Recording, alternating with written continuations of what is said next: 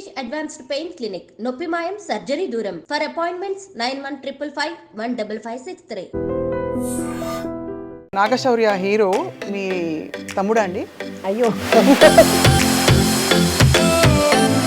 ఇంత చక్కటి అమ్మను వదిలేసి దూరంగా ఎందుకున్నారు పిల్లలని? అమ్మ మ్యారేజ్ అయిన తర్వాత మాత్రం నేను కలిసి ఉంటున్నమ్మా. కానీ మనం సమాధాన పడ్డాం. పిల్లలు పెద్దవాళ్ళే రెక్కలు వచ్చి వెళ్ళారు. అవునండి. ఇంకా మనం వాళ్ళని పట్టుకుని పెక్కకూడదు ఎక్కువ. ఒక వయసు వచ్చిన తర్వాత పిల్లలకి పెళ్ళిళ్ళు అయిన తర్వాత మనం ఎలా ఉండాలి, ఇప్పుడు అన్నీ వస్తున్నాయి కదా యూట్యూబ్లో, అవి చూసి నేను చాలా వరకు అనమాట ఏమీ మాట్లాడకూడదు, ఎవరికి ఏమి అడ్వైస్ చేయకూడదు. శౌర్య వచ్చి ఎప్పుడైనా కొంచెం అప్స్ అండ్ డౌన్స్ ఉండి తన సినిమా నెక్స్ట్ ఏంటి అనే గ్యాప్లు వచ్చినప్పుడు శౌర్య మిమ్మల్ని సంప్రదిస్తారా? శౌర్య ఇప్పుడని కాదండి, ఎప్పుడు కూడా తన మనసులో మాట అసలు వాళ్ళు హ్యాపీగా ఉన్నంతకాలం మనకు చెప్పక్కర్లేదండి. వాళ్ళకి ఏదైనా ప్రాబ్లం వచ్చినప్పుడు మనకు చెప్తే ప్రేమంతా మీ కళ్ళలో కనిపిస్తుంది. నాకు ఏదైనా బాధ్యత ఉంది అంటే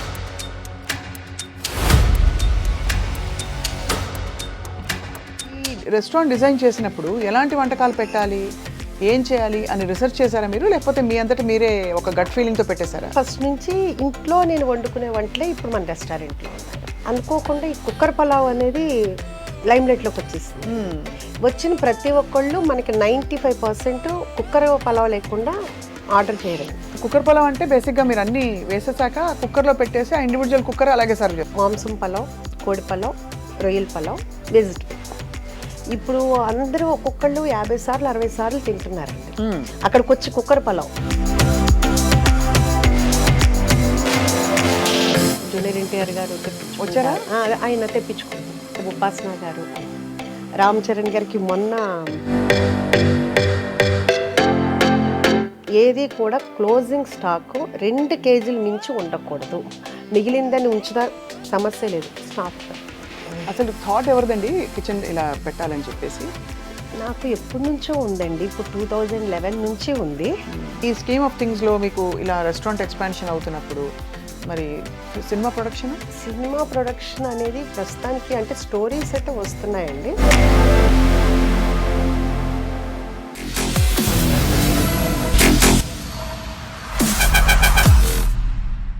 హలో, అందరికీ నమస్కారం. అండ్ సంక్రాంతి పండగ రాబోతోంది, అందరికీ ముందే శుభాకాంక్షలు. ఇవాళ చాలా చక్కటి సంక్రాంతి తెలుగుతనం లాంటి ఒక వ్యక్తి మన స్టూడియోకి వచ్చారు.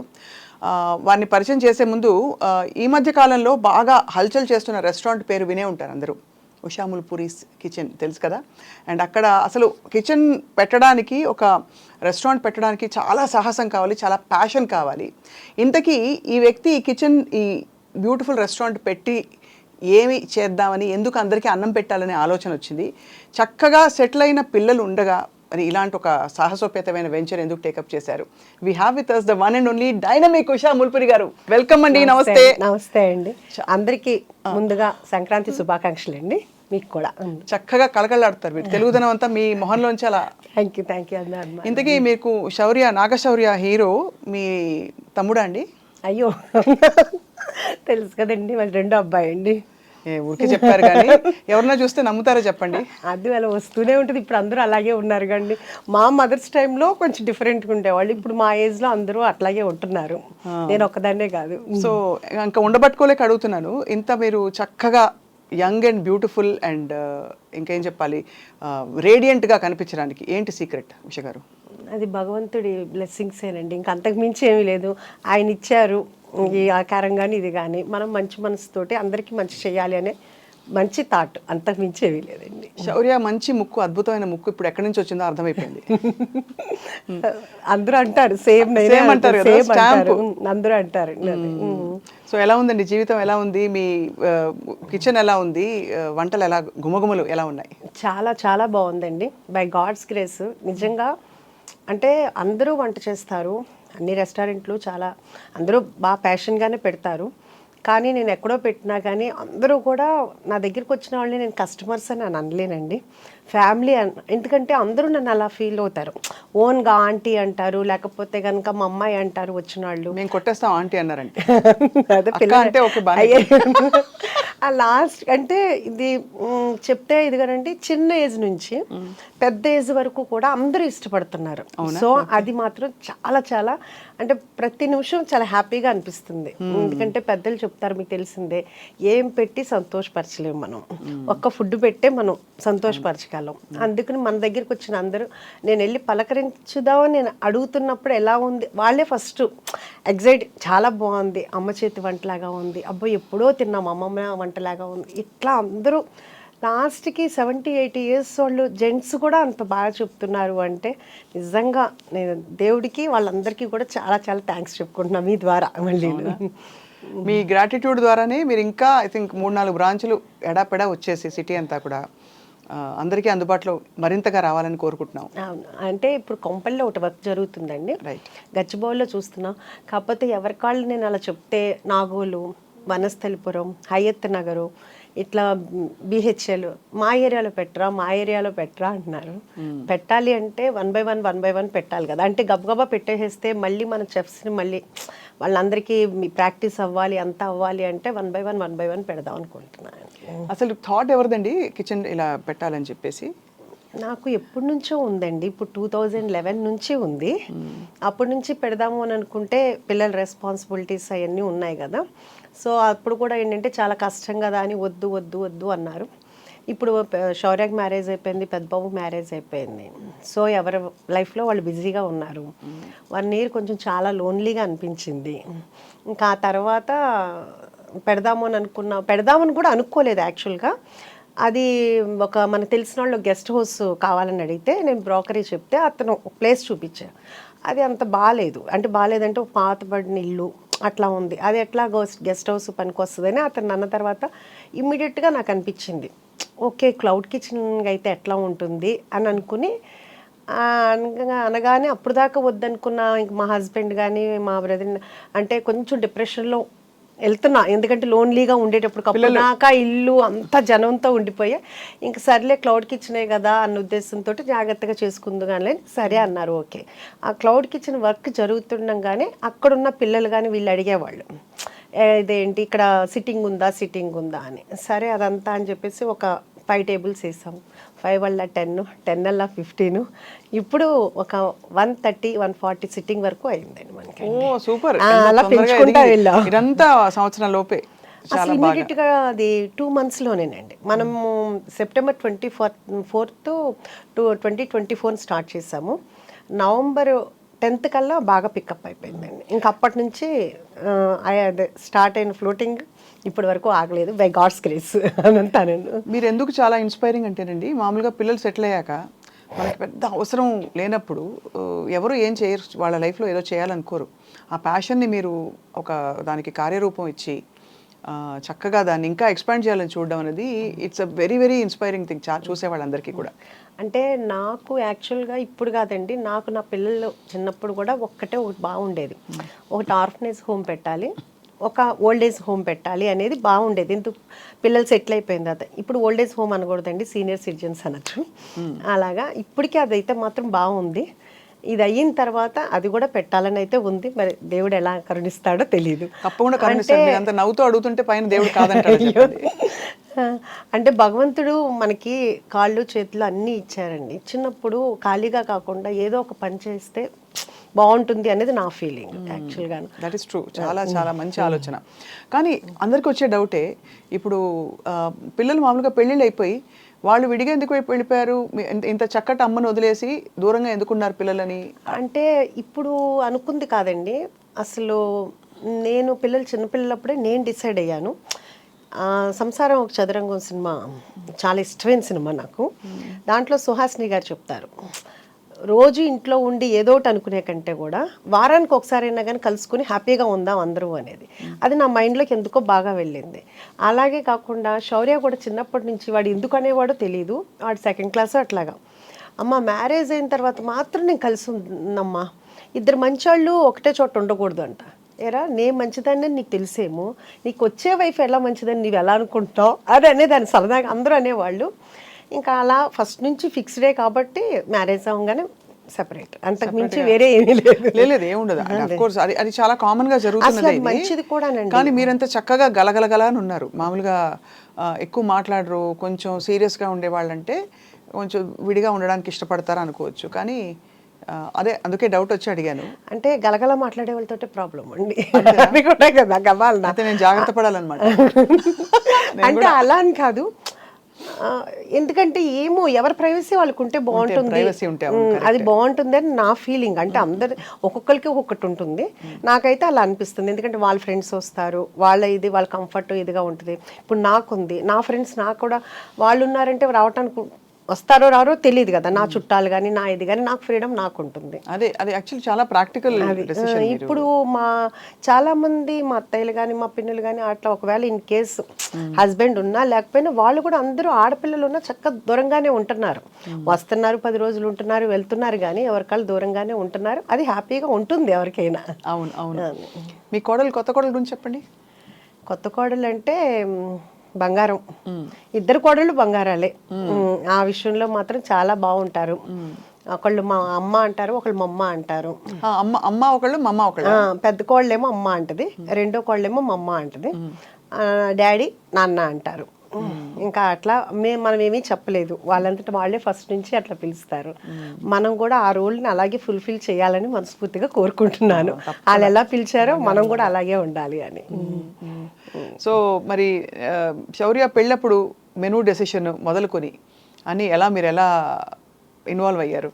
శౌర్య మ్యారేజ్ యాక్చువల్గాను బెంగళూరులో జరిగిందండి. మొత్తం ఆ టోటల్ క్రెడిట్ అంతా నా చిన్న కోడలికే ఇస్తానండి. తను చాలా చాలా క్యాపబుల్. ఇప్పుడు నన్ను అంటున్నారు కదా డైనమిక్గా, నేను ఈ ఏజ్ వచ్చిన తర్వాత నేను ఇలా ఉన్నానేమో, కానీ తన చిన్న ఏజ్లోనే చాలా ప్లానింగ్ ఉంటుంది. ఇప్పుడు కూడా తను బెంగళూరులో తన బిజినెస్ ఉంటుంది, ఇక్కడ శౌర్యాన్ని మేనేజ్ చేసుకోవటం కానీ ఇక్కడ పనులతో పని చేయించుకోవడం, ఏది నన్ను ఒక్కటి కూడా అడగదు. అడగదు అంటే తను అంత క్యాపబుల్. ఏమన్నా అన్నాను అనుకో, ఏమన్నా కావాలమ్మా, ఎందుకమ్మా మీరు బిజీగా ఉంటారు, ఎందుకు నేను చూసుకుంటా కదా అని, అంత క్యాపబుల్. మొత్తం తన డిన్నర్ కానీ మొత్తం అంతా భోజనాలు కానీ అంతా తనే ప్లాన్ చేసుకుంది, డెకరేషన్ కానీ అదంతా చాలా చాలా. అవును, కళ్యాణ వైభోగమే మరి. చాలా శౌర్య సక్సెస్ చూస్తే మీకు తల్లిగా చాలా ఆనందం వేస్తుందేమో కదా? అది ఎవరికైనా ఉండేదే కదండి. అంటే అందులో తెరపై ఇది అన్యూజువల్ ప్రొఫెషన్. మామూలుగా ఇంజనీర్లు అవుతారు, ఇంకా ఏదో లెక్చరర్లు అవుతారు, ప్రొఫెసర్లు అవుతారు, ఇవన్నీ ఓకే. కానీ తెర మీద కనిపించి అలా లక్షల మందిని, కోట్ల మందిని మెప్పించడం అంటే మామూలు విషయం కాదు. అది ఓకే, అది బై గాడ్స్ గ్రేస్ తనకు వచ్చిందండి. కానీ స్టిల్ ఇప్పటికి కూడా నాకు అంత అది నా కొడుకు హీరో అయ్యాడు అనే హ్యాపీనెస్ నాకు అలా ఏమి ఉండదు. ఇప్పుడు నా పెద్ద కొడుకు ఎట్లాగా తను అక్కడ చేసాడు, నాకు దానికన్నా ఇంకా ఇలా ఉంటే ఇంకా బాగుంటుందేమో నా ఫీలింగ్ అండి. నాకు పెద్దగా సెలబ్రిటీ అని కానీ నా కొడుకు హీరో నాకు అలా అనిపించుకోవాలని కానీ ఆ ఫీల్ లేదు, ఇప్పుడు కూడా లేదు. సో నాకు అదేమి పెద్ద ప్లస్ పాయింట్ అయితే కాదు. అది మాత్రం ఓపెన్ అండి. ఇద్దరు అబ్బాయిలు ఎవరు ఎక్కువ అల్లరి చేసేవారు చిన్నప్పుడు? చిన్నప్పుడుకి ఇప్పటికి మా పెద్ద బాబాయేనండి. పెద్ద బాబు అల్లరా?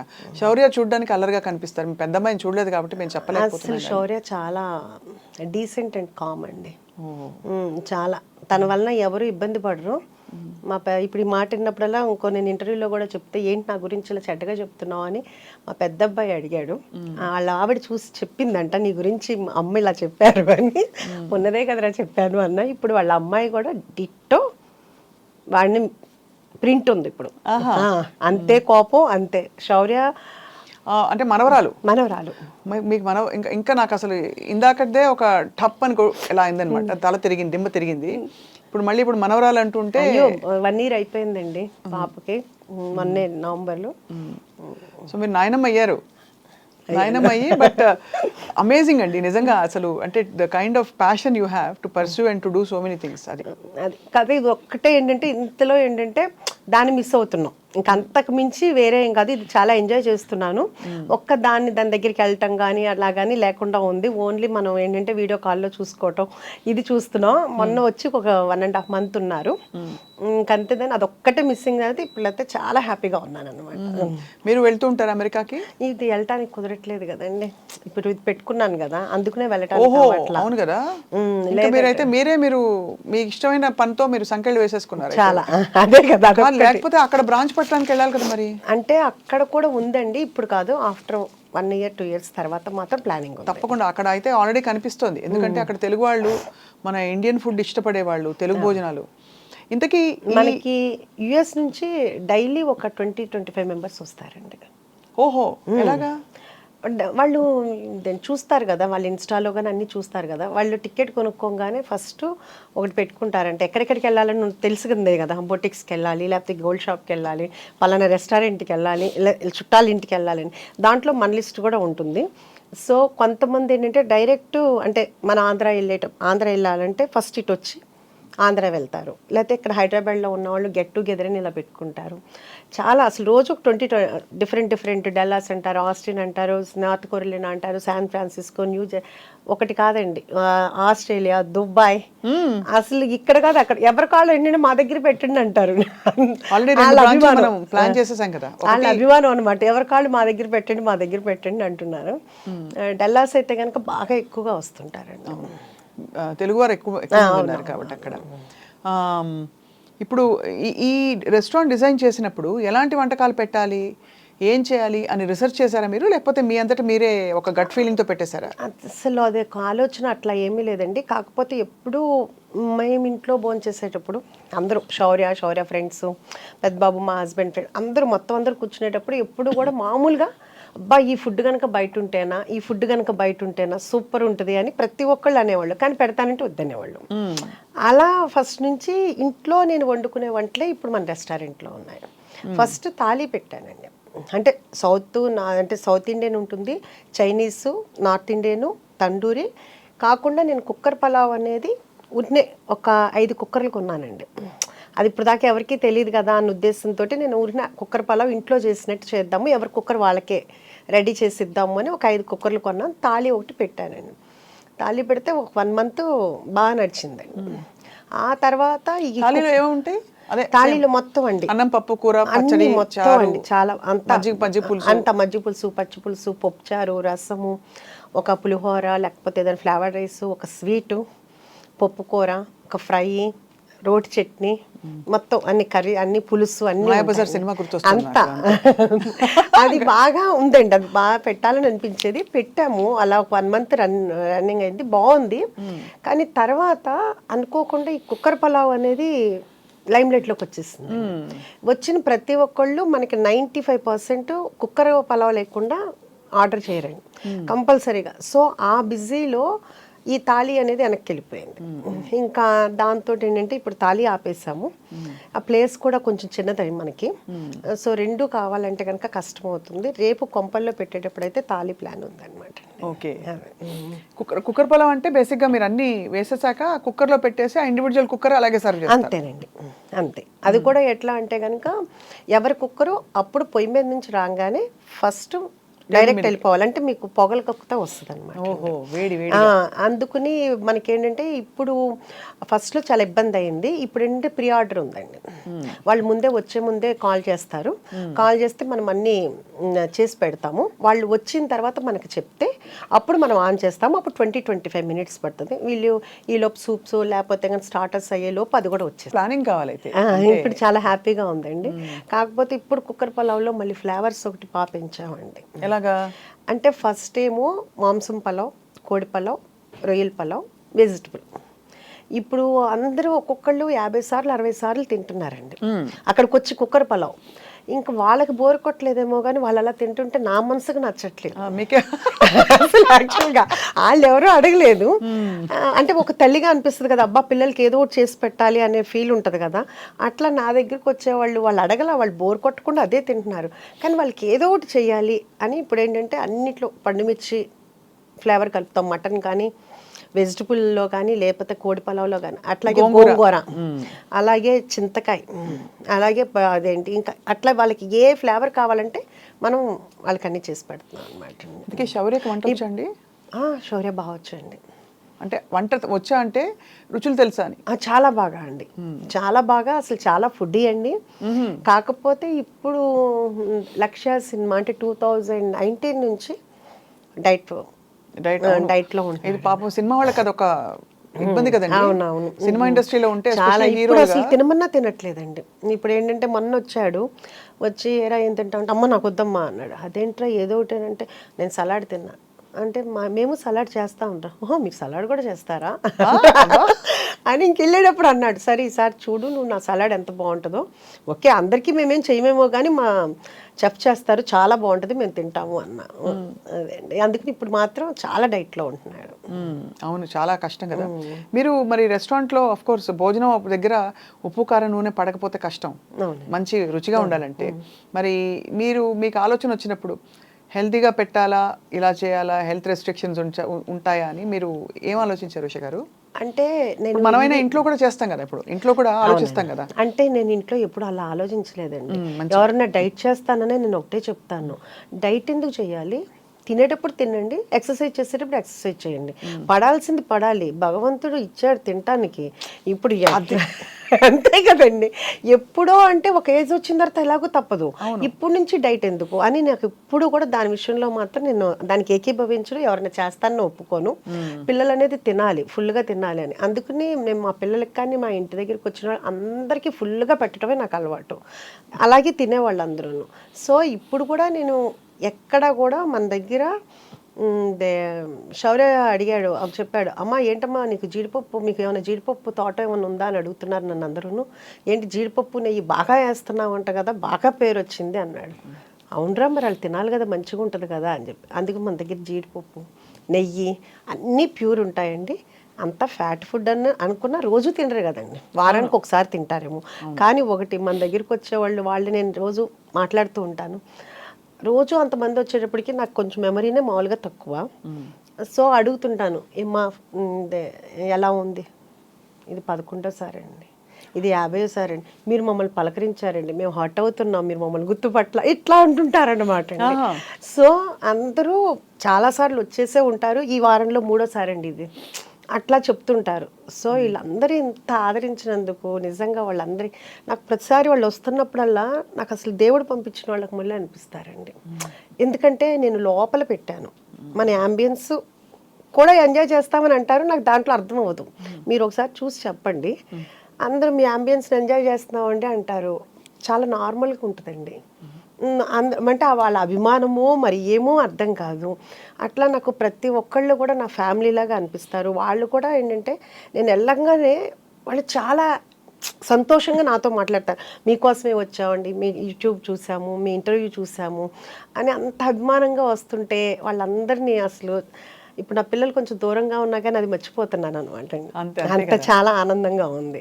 మీరే స్టార్ అయిపోయారు ఇప్పుడు. అలా ఏం లేదులేండి, అలా అభిమానం అండి. నేను ఇది ముఖస్తుతికి చెప్పట్లేదండి, బికాస్ ఒకటి మీరు మీ చక్కగా చిరునవ్వుతో మీరు ఎంత విల్లింగ్గా హ్యాపీగా పంచుకుంటున్నారు మీ విశేషాలు, అలాగే మీ భోజనం పెట్టే తీరు కూడా అర్థమైపోయింది, మీరు ఎంత మనస్ఫూర్తిగా పెడతారు. అవునండి, ఎందుకంటే అది మా మదరు అలాగే పెట్టేవాళ్ళు ఇంట్లో, మేము చిన్నప్పటి నుంచి అలాగే చూసి పెరిగాము. సో మాకు కూడా అదే అలవాటు అయిపోయింది. ప్రాపర్ ఎక్కడండి మీది? మాది ఏలూరు అండి. మా ఫాదర్ రెసిడెన్షియల్ కాలేజ్ అదంతా ఉండేది, ఆయన లెక్చరర్ అయ్యి తర్వాత రెసిడెన్షియల్ కాలేజ్ పెట్టారు. సో మేము చిన్నప్పటి నుంచి మా ఇంట్లో ఎప్పుడు మనుషులు ఉండేవాళ్ళు, ఎప్పుడు వండి పెట్టడమే అమ్మకు అలవాటు. ఇంకా అలా చూడటం వలన ఏమో కానీ మ్యారేజ్ అయిన దగ్గర నుంచి మా హస్బెండ్ ఫ్రెండ్స్ని తీసుకురావటం, ఆ తర్వాత పిల్లలు వాళ్ళ ఫ్రెండ్స్ అందరు ఇంట్లో ఉండటం, ఇంకా తర్వాత నేను ఐరా క్రియేషన్స్ స్టార్ట్ చేసిన తర్వాత అప్పుడు ఆఫీస్కి రోజు నేనే వంట చేసి తీసుకెళ్ళటం అంతమందికేను. ఎప్పుడన్నా అది నేను అంతమందికి ఒక్కొక్కరికి 4 కేజీలు 5 కేజీలు వండి చేసి తీసుకెళ్ళేదాన్ని. ఎప్పుడన్నా ఒకరోజు నాకు కుదరకో లేకపోతే ఊరెళ్ళో కర్రీ పాయింట్ దగ్గర నుంచి తీసుకొస్తే అస్సలు కదిలేవి కాదండి. ఏంటి తినలేదు అంటే మాకు నచ్చలేదు మేడం అంటే వాళ్ళు ఏంటంటే వాళ్ళ ఇంట్లో ఫైట్ చేసినట్టు మీరు వండితేనే మేము తింటాం అనేటట్టు ఉండేవాళ్ళు ఎవరికండి. అందుకని రోజు వంట చేసి తీసుకెళ్ళేదాన్ని. షూటింగ్ కూడా నేనే తీసుకెళ్ళేవాళ్ళు మొత్తం. అసలు ఫిల్మ్ ప్రొడ్యూసర్గా ఉండడం చాలా పెద్ద బాధ్యత కదండి. మీరు ప్రొడక్షన్లోకి దిగడం అప్పుడు మీకు ఏమేమి అంటే ఏంటి మీకు ఎక్స్పీరియన్స్ కానీ లేకపోతే ఇది ఇలా చేయాలా లేదా అని చిన్న చిన్న నిర్ణయాలు మొదలుకొని ఎలా మీరు అంత కాన్ఫిడెంట్గా దూసుకెళ్ళారు? యాక్చువల్గా చెప్పాలంటే నాకు అసలు డైరెక్టరు అన్నదే తెలుసు, హీరో హీరోయిన్, అంతేగాని డైరెక్షన్ డిపార్ట్మెంట్లో ఇన్ని ఉంటాయి, కెమెరామెన్నే ఇంత చేస్తాడు, అసలు దాని గురించి ఇంత కూడా నాలెడ్జ్. సినిమా అయితే బాగా చూస్తాము, సినిమా ఎలా ఉందని చెప్తాము, కానీ వెనకాల వర్క్ అనేది నాకు అసలు తెలియదండి. అయితే అప్పుడు నేను చేద్దాము అనుకున్నప్పుడు కూడా అన్నారు, నీకు అసలు ఏమీ తెలియదు కదా, ఏం చేస్తావు అని. ఎవరన్నారు? మా హస్బెండ్, మా అబ్బాయి కూడా అన్నాడు, శౌర్య కూడా అన్నాడు.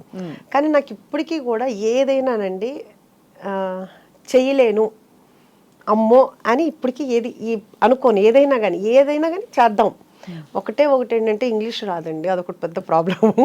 మా ఫాదర్ ఇంగ్లీష్ లెక్చరరు, ఆయన పర్ఫెక్ట్ ఇంగ్లీష్ మాట్లాడాలి అనేటప్పటికి తెలియకుండా భయం ఉండిపోయింది. అంటే ఏది మాట్లాడితే తప్పు అని. ఆ భయం ఆయన వెళ్ళిపోయిన తర్వాత కూడా పోలేదన్నమాట. రాయటం రాస్తాను, మాట్లాడాలంటే ఆ భయం అనేది పోయింది, భయం అనేది ఉండిపోయింది. అదొక్కటి తప్పితే ఇంకా నాకు ఏదైనా కానీ ఇది చెయ్యలేను అని కాదు, ఏదైనా చేద్దాము నేర్చేసుకుంటారు అసలు. అంటే అది ఏమి కష్టం అనిపించదండి, అదొక విల్ పవర్ అవ్వచ్చు, మరి దేవుడిచ్చిన వరమే అవ్వచ్చు అదే. సో అందుకని చేద్దామని అనుకున్నాము.